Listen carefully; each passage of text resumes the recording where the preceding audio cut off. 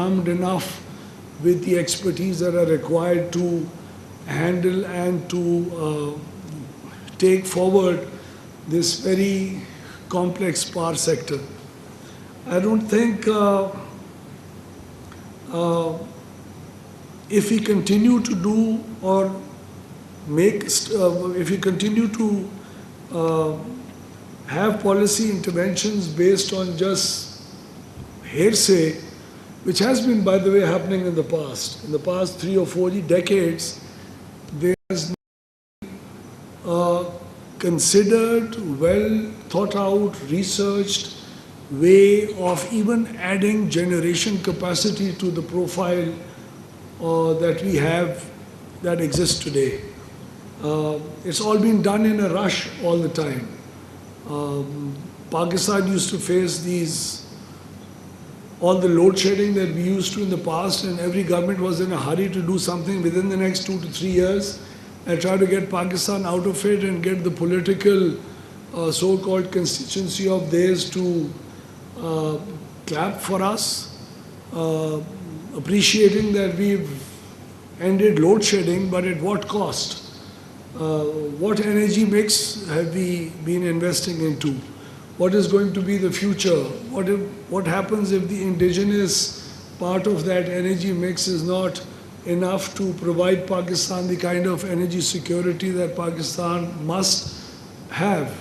So all these things require proper technical information, use of complex softwares and applications that are used elsewhere in the world. Then we've also been relying on growth projections that might have been just a dream for us. So all the demand projections in the future that Pakistan has made in the past have all been at, say, an assumption of 6% growth rate. So when that 6% is not actually achieved, the demand is not actually materialized, and then we end up in capacities that are unutilized, and the rest of the pool of consumers being burdened with that unutilized capacity. We're also looking at seriously bringing in an environment where the tariff slabs in Pakistan are absolutely uniform. We need to give out a bill that clearly states that every consumer needs to build a certain amount according to a certain rate. And then whoever needs to be subsidized needs to be through a social protection program for people to be for people not to easily exploit this kind of a tariff slab structure that exists within Pakistan. Then we're also looking at, we're not just looking at, all these things are happening, by the way. In the past 6 months, the kind of progress that we've made in all these power sector reform areas has been extremely encouraging. And the people at the Power Ministry and other professionals who are actually helping us, they have a key role to play in this. Then we are also pursuing an aggressive program on the energy conservation side. I think MD Nika would have spoken on this platform earlier this morning. Nika has been tasked to come up with this program that we're about to roll out next month, although it's not a good time to roll out this program because usage of fans would be going down up in the northern parts of the country. But at least in the south it will start picking up. So we are looking at a conservation program where fans could be made more efficient, that could bring down our so-called peak demand by a good few thousand megawatts if this transition actually happens over the next few years. We have a very unhealthy demand curve. So we actually peak out, and most of the peak that happens over and above the 11,000 so-called megawatts of demand that exists in the country is all fans and air conditioners and inefficient building codes that Pakistan has in place. So the energy conservation part of it would really in the long term help Pakistan achieve a much healthier demand profile that could help the policy makers avoid any investments into energy that are not required for a productive manner and in a consistent enough manner. So I'll just give you an example. There are about 3,500 megawatts that are there in place in our entire generation capacity that are used just for about 200 hours or 250 hours in a year out of the 8,760 hours in a year. So this is the luxury and the cost of luxury that one has to pay, and this is something that Pakistan and the power sector of Pakistan can't really afford. So we've also, by the grace of God, reached a point where NTDC, the transmission arm of the power sector, is going to be now split up into three parts. We're not happy with the way the projects are rolled out and they're actually developed and then handed over to the asset management part of NTDC and the operations part. So we are actually going to be making another company by the name of NGC, the projects. That will be a very slim and efficient company with very top-class professionals in it. And we are going to adopt an outsourcing kind of a model where the rollout and implementation of projects that are much required for transmission to come into place.